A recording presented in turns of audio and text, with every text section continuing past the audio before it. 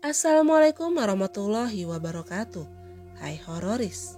Kali ini saya masih melanjutkan sebuah cerita yang ditulis oleh akun Facebook Digi dengan judul Putriku Semakin Kurus Setelah Menikah, bagian 3. Bagi kalian yang ingin membaca langsung ceritanya, bisa mengunjungi akun Facebook beliau yang linknya sudah saya sertakan di kolom deskripsi. Tanpa berlama-lama, kita langsung saja ke ceritanya. Di saat yang bersamaan, terdengar jeritan Naya dari dalam rumah yang gelap tanpa ada setitik cahaya. Dia merintih teramat kesakitan. Entah apa yang sebenarnya terjadi di dalam sana, yang pasti ini sangat mencurigakan. Itu suara Naya. Apa yang sebenarnya terjadi, Besan? Tanyaku pada Bu Sukma. Tidak terjadi apa-apa. Sebaiknya kamu pulang. Saya masih banyak urusan. Jawabnya dengan ekspresi datar. Memang dari pertama kali aku mengenal ibunya Samin, dia tidak begitu ramah. Tapi saat itu cukup baik. Jadi aku tak begitu khawatir tentang Naya jika harus jadi menantunya. Tidak ada apa-apa bagaimana. Sudah jelas itu putriku menjerit kesakitan. Pekiku yang mulai terbawa emosi. Buka pintu gerbangnya sekarang, biar aku masuk. Bunda Sia yang terhormat, sampean seperti tidak pernah muda saja. Ini kan malam Jumat, pastilah mereka sedang melakukan ritual suami istri. Apa yang perlu dikhawatirkan? Jelasnya. Aku merenung sejenak, sambil mengingat hari. Ternyata benar, ini Kamis malam Jumat. Apa iya, Naya dan Samin sedang melakukan hal semacam itu? Tapi kenapa ceritanya terdengar begitu menyayat hati? Sudah tak terdengar lagi kan suaranya?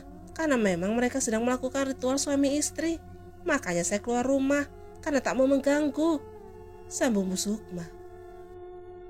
Tapi setidaknya biarkan saya masuk sebentar saja. Tidak enak kita mengobrol seperti ini, tersekat gerbang. Ujarku. Maaf Besan, jika tidak sopan. Tapi saya orang yang beginilah adanya. Karena masih banyak urusan, jadi tidak bisa diganggu. Mohon pengertiannya. Kalau mau bertemu Naya, besok pagi saja, sahutnya.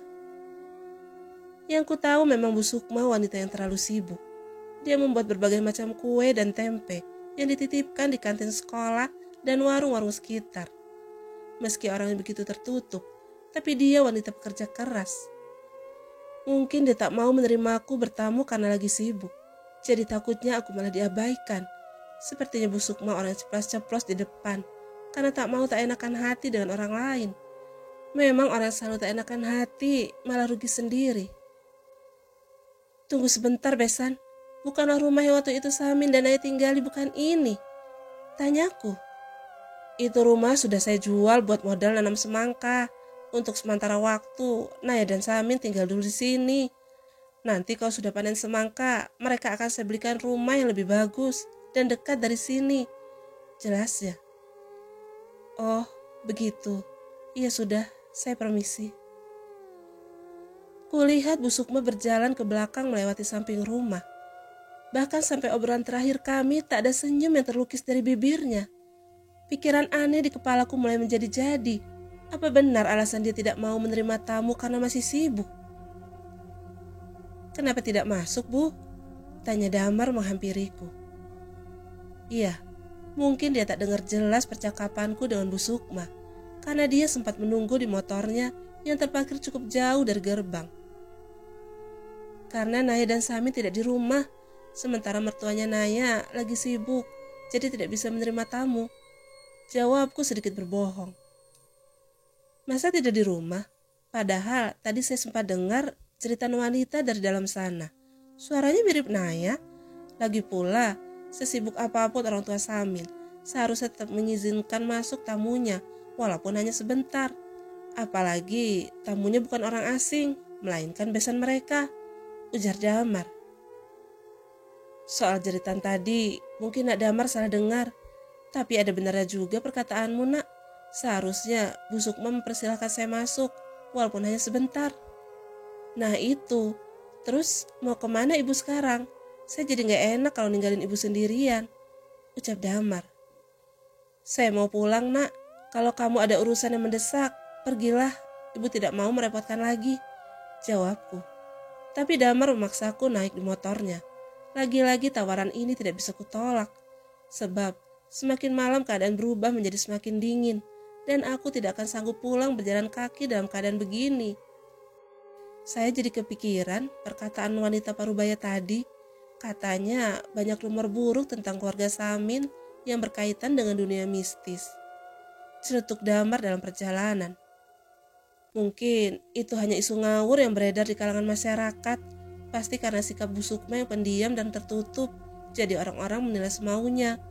Sahutku yang masih berpikir positif.